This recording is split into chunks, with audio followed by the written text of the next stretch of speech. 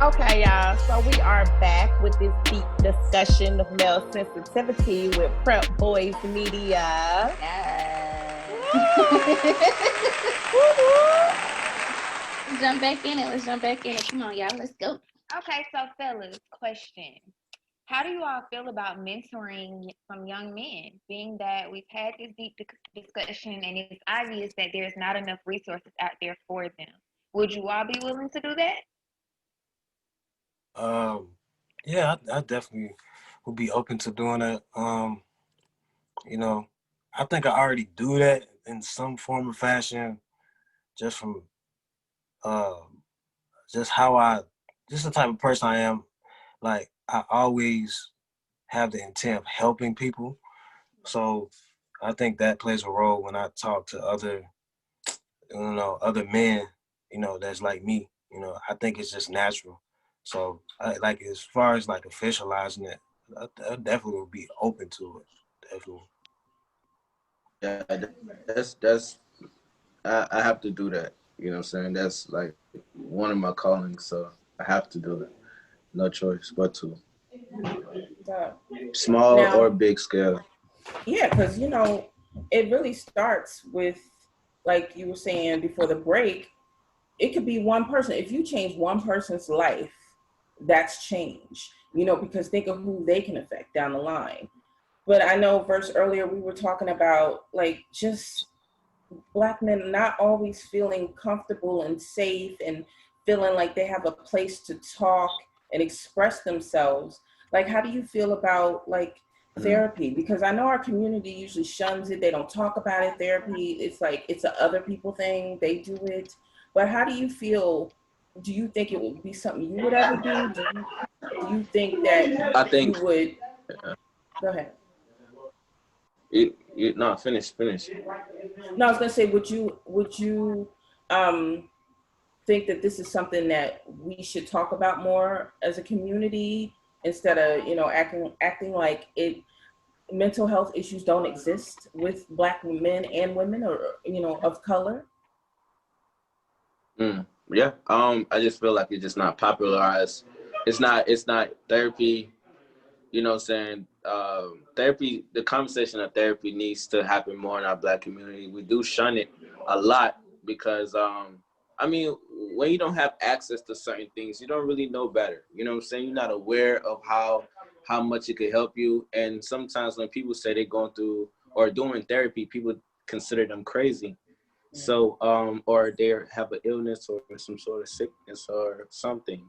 So, we do need to have a more dialogue about therapy, and we need to continuously express the importance on how therapy can break generational curses as far as the topic that we've been talking about, and how we could heal ourselves and find an outlet. So that's a great question. But yes, I feel like it's not popularized in our community, but we need to talk about it more.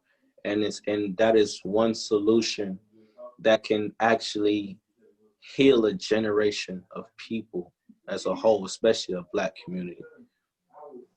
That's so real. Real talk. It needs to be normalized, I think, honestly. I myself, came from family where it wasn't okay for you to go to therapy. Like if you went to therapy, like Bert said, you're crazy. So it's just like even now, like I've gone to therapy. I feel anyone has ever gone to therapy, you're gonna benefit from it. Like doesn't matter if it's an old thing, a current thing that you just can't get over, it's a hurdle at work, you can benefit from therapy. Like so don't let all these stigmas that these past generations and our ancestors unfortunately have been able to just or had to endure. Not that they were able to, they had to as a means of survival. But this new generation has those opportunities. The more that we talk about it, the more it becomes normal, and the more that people are not going to be so, well, if I go, I'm going to be looked at as weak. No, you're going to be looked at as courageous because it takes courage for you to confront those demons. It's not something easy that anyone and everyone can do, but it takes time and support. What else is put as a factor in addition to that is financially, because therapy isn't cheap, and a lot of people like think, you know what, like I ain't about to spend all that money to talk to somebody, you know what I'm saying? So like it's looked at like that. Now I feel like if people had the money for it, I definitely think that would be like a piece cut off, and then we got to deal with okay, I'm gonna actually do it. But it's like financially speaking, a lot of people can't afford that. Like a lot of people cannot afford therapy, but at the same time, it don't need to be justified because you ain't got the money either. Because at the end of the day, it's your health. But what I think is more important, instead of the mainstream therapy aspect, I think it needs to be literally what we're doing now. Therapy groups that literally people can join on their own terms, and they can gain therapeutic, gains from, just being a part of a group, or having somebody that to talk to and also listen. You know what I'm saying? It's a big difference. Like, you got people that get paid for it and they have to do it. You got people that genuinely will do it just from the natural basis of having a regular conversation. And I think not only as like males, but as people, or black people, or just people in general, we need to be open to talking to people that's surrounding us, that care about us. But still, at the same time, we got to know who to talk about stuff like that. You know what I'm saying? Because can't talk to everybody. You gotta have a safe space. Yeah. And with the whole male sensitivity thing, like right now, I can be so aware about my emotions. I can be like, yeah, I believe that a man should express himself and not hold stuff in. But at the same time, it's kind of like, okay, once I go out there, I get turned away. So it's kind of like now I'm getting even more sunk into my barrier of wanting to show that.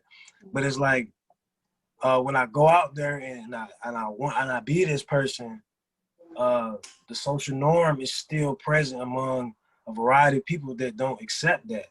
And so when I walk into that environment, it's gonna be like, who this man? Like, you know what I'm saying? Like, he's emotional, he's weak, he's soft. You know what I'm saying? You gonna be called a lot of different things. So it is hesitant. It is like kind of, how you say, what's the word for it when you want to do something, but you kind of apprehensive. Yeah, that's a few words for it. Like, you want to do it, but it's like you hesitant just because of certain stigmas. Well, the money piece is definitely relevant. We were talking on one of our other episodes about, a lot of jobs offer, they have like an employee assistance program, an EAP program, where they offer like a certain amount of counseling sessions for free. I know I've had several jobs that offered that, and I know unfortunately not everybody has a job that does, but those are ways you can look into that. You can say, is this something that's out there? Or Google, I'm the Google queen. So, I'm Googling right now. I'm paying attention, but I'm trying to find other resources because actually a friend of mine, she had a lot of trauma as a child, and she's carried that into her adulthood. And off the top of my head, I can't remember the name. She goes to a support group. And those are free.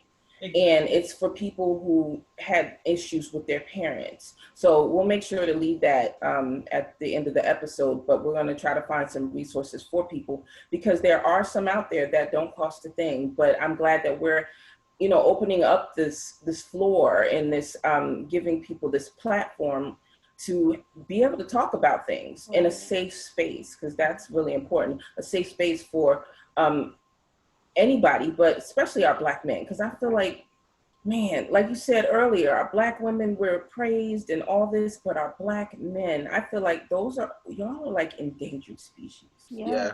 And it's sad because you have to, like Vershi was saying, you worry about all these things you got going on, my job, my relationship, my parents. Am I going to make it home alive? You know what I'm saying? And that's deep. That's a lot to bear. And it breaks my heart sometimes. I have a brother, I have a father, I have uncles. So I worry all the time. And I think it's just important for us to have these type of forums, and we'll definitely be sharing some links and stuff to some resources. And I just want to tell y'all, like, thank you. I know we didn't probably end it, but I just want to tell y'all thank you in advance as a collective of women to actually ask, you know, a group of men or us, our perspectives and point of view on this. It's like I said before, it's a lot of talks and there's a lot of resources for women that you could easily Google or step outside and find for women to have an outlet, or sometimes women have counsel, other women counsel that they could go to and get advice. And, you know, a lot of men don't have that. And for y'all to, you know, to ask us these questions, you know, it help us, you know, saying as well, for us to dig deep and try to find the most intellectual way of expressing our thoughts. And I just want to thank y'all for giving us a platform to do that. And also about the finance thing where Dawn and Christian mentioned, for the people who's watching this, or even though we're talking about verbal, it goes beyond verbal when it comes onto therapy. All of us in this group, in the Zoom call, are creators, and we express these vulnerability and these different thoughts in many different ways. And that's through videography, painting, drawing, building, logos, singing, different things like that. And so if you cannot afford therapy, just own into that creative thing or whatever that you're really good at and express it through that. And that was another form of therapy for me as a kid, because financially I couldn't afford therapy. So that's another free source that you could probably drop in, Dawn, for viewers that's watching. It's like, hey, just own in on that God-given talent, regardless if anybody supports you or not. Just own in on that, and that is what's real. None of everything that's around you is fake. What's real is what's in you, that's God-given, and focus on that. You know what I'm saying? And when you focus on that, you'll become mentally free. You know what I'm saying? You will never be locked in bondage. You know what I'm saying? Because you own in on what your purpose is. You'll be fine. Oh. Man, this is so freaking dope. Like, I'm so glad that we are talking about this. Like, this is amazing. I'm so glad y'all agreed to come on and just share, because we want to learn from you all. You know, it ain't always, we don't have the answers, especially, you know, with these type of topics. And I don't have children, but I have nephews, you know what I'm saying? I have brothers, and I'm learning from y'all. I want to be able to understand y'all. And I feel like that being patient, that's important, because sometimes as women, we do get in our own heads and we like, well, why ain't you doing this on my time, and blah, blah, blah, blah, blah. Like, and that's making me take a step back and be like, okay, it's not going to happen on my time. I need to be able to communicate and be able to listen, not to just respond, but actually hear what y'all are saying. So I'm so grateful that y'all are just, you know, letting us in and just feeding us, because we give knowledge, we give advice and all that, but y'all are providing us with the food that we need to be better support for y'all. So I thank y'all for that, for sure. And for me, I'm walking away with, you know, thinking about being patient more with our men. You know, we, like you said, Cameron, we're so quick to jump at it, but we have to learn how to be patient and just let stuff, you know, go in the way it's gonna go. Back off of what Nate said. To piggyback off of what Nate has said, I know with like my fiance especially, like I'm constantly asking, he's a Capricorn, they don't like to open up about anything, but you will hear me all day, are you okay? Are you okay? And it's always because the strongest person is gonna hold it together. They're not gonna tell you that something is wrong. They're not gonna tell you, you know, so you have to like look at him. You know, you have to see like when he's off track, because he may not even acknowledge that something's wrong because he doesn't want to, you know, set off a whole nother thing. He doesn't want to deal with You know, you have to like that you have to be his peace. That's real. Like if you get with someone, yes, you have your own problems and you want him to understand you, but you have to be willing to understand him and understand he's been through stuff too. So when he gets stuck and you going in and you're that, ask him, stop arguing, have a conversation like adults, sit down. What's really going on? Like, where's the disconnect? What can I do to help you? Right. Because a lot of times we're expecting, oh, when you guys don't understand, you don't know. It's just scientifically we're built differently. We're gonna handle things as women differently, as men differently. So it's like, where do we meet in the middle so that we do get some understanding? And it's not gonna happen as an overall society. It's gonna happen on one-on-one relationships that you have with the opposite sex. So you as a person have to be responsible in making sure that, one, you're not acting a fool. I constantly ask y'all, was I wrong? Or I'm sorry, or this. I'm doing most, but it's because I care about that other person. I want to make sure that the same emotions I demand of them, I'm giving them back too. So. I think it's important. Go ahead, Keisha. Don, go ahead, Don. No, I'm just saying, like what Roxy was saying, be his place of peace, his refuge. Like when he comes home and closes that door, he wants to feel safe. And that's what this is what I'm getting from what y'all saying. Yeah. That you want to be able to come home and at least know, or talk, not even just in relationships, but with your mother or your sister, and feel like you won't be judged. This is your place of peace. This is a safe place. And I don't know if y'all get that often enough. So Keisha, you were about to say something. That's What kind you of about to say. That's sort of kind of what I was going into, but Don said it. Don said it very well. But my whole takeaway is, you know, as a mother of boys, just like everyone has said here today, we have to be patient and we have to learn how to listen, sit down and understand the other person's feelings.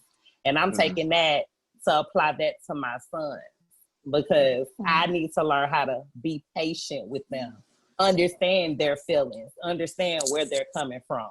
So I appreciate Prep Boys. I appreciate y'all. I appreciate this whole conversation. It was the bomb. It was dope, and it was well worth every minute of it. Yes. Keisha, think of this.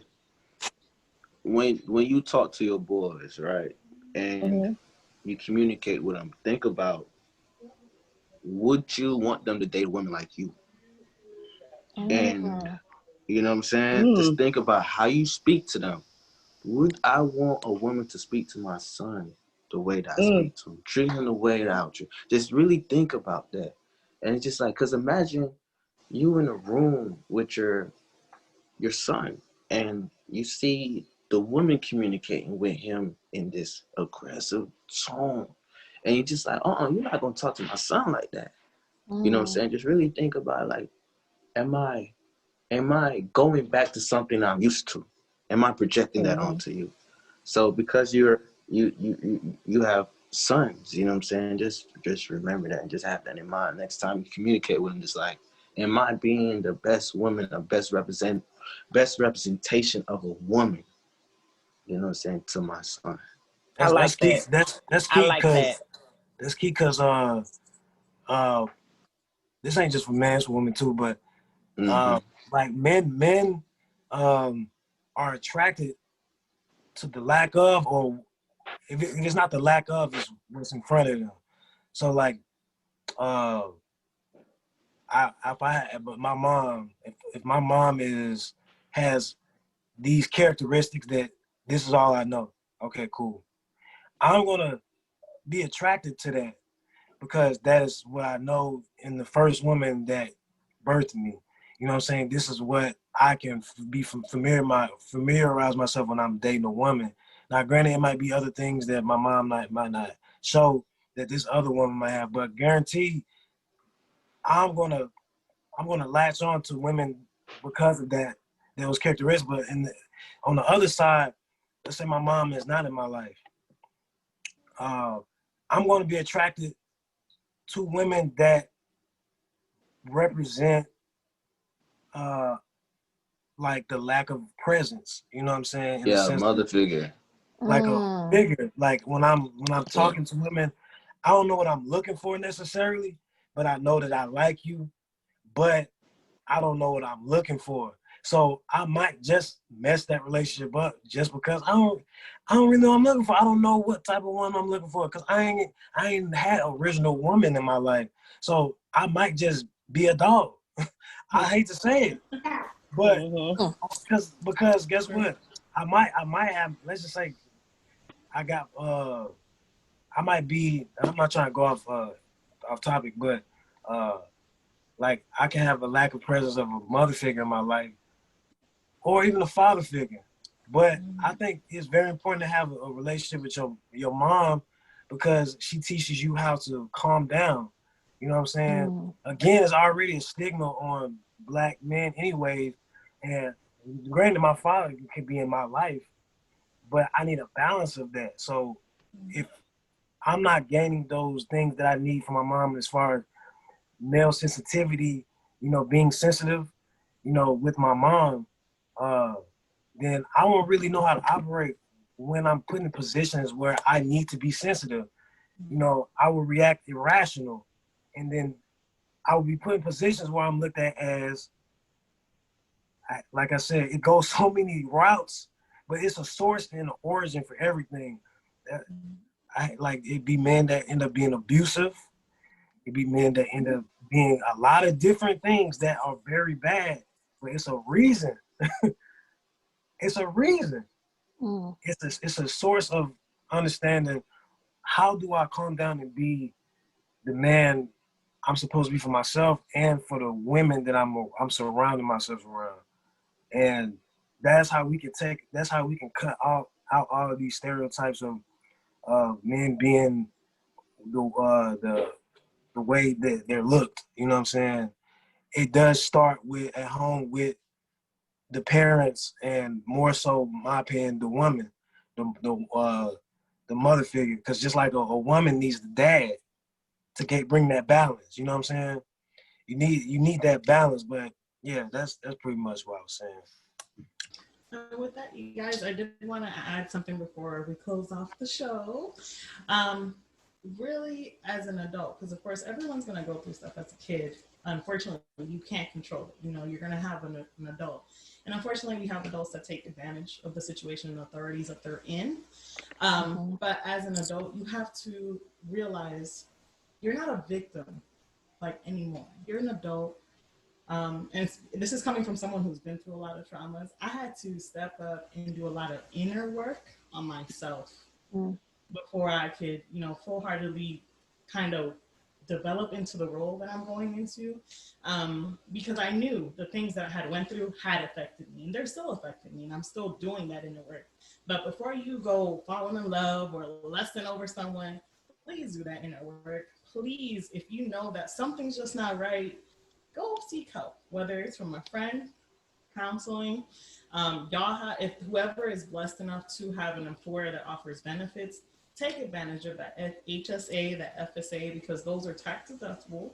And that's for you need to invest in yourself before you can do anything else to put anything else into the world. Right. So with that being said, realists, we love you guys. Thank you so much again for joining us on this episode. Prep Boys, again, thank you guys for all just all the new knowledge that we just got, and hopefully you guys also take something away from this, realist. Just remember to like, subscribe, follow, comment, and reshare, and we look forward to speaking with you guys on the next episode. Thank you, y'all, and always remember, y'all, to keep it straight with no chaser.